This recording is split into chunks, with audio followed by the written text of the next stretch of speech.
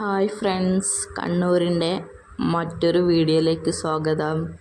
അപ്പോൾ നമുക്ക് കണ്ണൂരിൻ്റെ ഗ്രാമഭംഗി കാണാൻ പോയാലോ?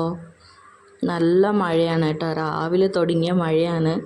പക്ഷെ മഴയെ കാത്തു നിന്നാൽ നമുക്ക് നമ്മളെ കാര്യങ്ങളൊന്നും നടക്കില്ല. അതിനെക്കൊണ്ട് കോട്ടിട്ട് ഇറങ്ങി വ്ളോഗ് ചെയ്യാൻ വേണ്ടിയിട്ട്. ഞാനിപ്പോൾ ഉള്ളത് പട്ടുവാണ്. ഈ കാണുന്നത് പട്ടുവ വയലാണ് കേട്ടോ. പിന്നെ ഇവിടെ ട്രാക്ടറിൽ കണ്ടം ഉഴുതുമറിക്കുന്നത് കണ്ടപ്പോൾ എൻ്റെ ചെറുപ്പമാണ് എനിക്ക് ഓർമ്മ വന്നത്.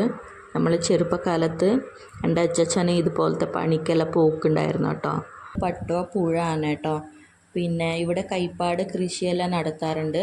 അതുപോലെ തന്നെ നാടൻ മത്സ്യങ്ങളും ഞണ്ടും എല്ലാം കിട്ടാറുണ്ട്.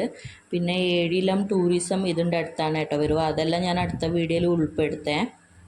ഞാൻ പോകുന്ന സ്ഥലങ്ങളുടെ റൂട്ട് മാപ്പ് വേണമെങ്കിൽ കമൻറ്റ് ചെയ്യാം കേട്ടോ.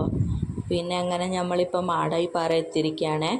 മഴക്കാലത്ത് മാത്രം പൂക്കുന്ന നമ്മളെ കാക്കപ്പൂ കാണാൻ വേണ്ടി അങ്ങനെ ഞാനും വന്നിരിക്കുകയാണ്. അപ്പോൾ നിങ്ങൾക്ക് കൂടി ഞാൻ അതിൻ്റെ വിശേഷങ്ങൾ പറഞ്ഞു തരാം. ഇവിടെ പായസം വിൽക്കുന്നത് കണ്ട്, പിന്നെ പ്രഥമനുണ്ട്, പിന്നെ അടപ്പായസം ഉണ്ട്. ഞാൻ അടപ്പായസമാണ് കേട്ടോ വാങ്ങിയത്. എനിക്ക് ഭയങ്കര ഇഷ്ടമായി. പിന്നെ ഇവിടെ ഒരുപാട് ഹിഡൻ സ്പോട്ടെല്ലാം ഉണ്ട്. അത് ഞാൻ അടുത്ത വീഡിയോയിൽ ഉൾപ്പെടുത്താം കേട്ടോ. പിന്നെ ഇതിൽ നേരെ പോയാൽ ചൂട്ടാട് ബീച്ച്, പിന്നെ വയലപ്ര പാർക്ക്, ഏട്ടിക്കുളം ബീച്ച്, അതെല്ലാം ഈ റൂട്ടിലാണ് കേട്ടോ വരുന്നത്. പിന്നെ ഏഴിമല നാവിക അക്കാദമി എല്ലാം ഈ വഴി തന്നെ കേട്ടോ പോകേണ്ടത്. പിന്നെ ആ കാണുന്നത് എയർ ക്വാളിറ്റി സിസ്റ്റോട്ടാ. ഇവിടെ സൂര്യൻ ഉദിക്കുന്നതും അസ്തമിക്കുന്നത് കാണാൻ നല്ല ഭംഗിയാണ് കേട്ടോ. ഇപ്പോൾ ഫോട്ടോഷൂട്ടിന് പറ്റിയ സമയമാണ്. ഇതാണ് നമ്മളെ കണ്ണൂരിൻ്റെ നീലക്കുറിഞ്ഞി കേട്ടോ.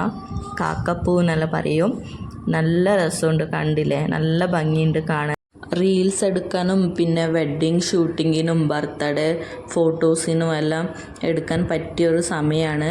അപ്പോൾ നമ്മളെ ചാനൽ എല്ലാവരും കാണുന്ന ആൾക്കാർ സബ്സ്ക്രൈബും ലൈക്കും ഷെയറും ചെയ്യണേ. അടുത്ത സ്ഥലവുമായി ഞാൻ അടുത്ത വീഡിയോയിൽ വരുന്നതായിരിക്കും.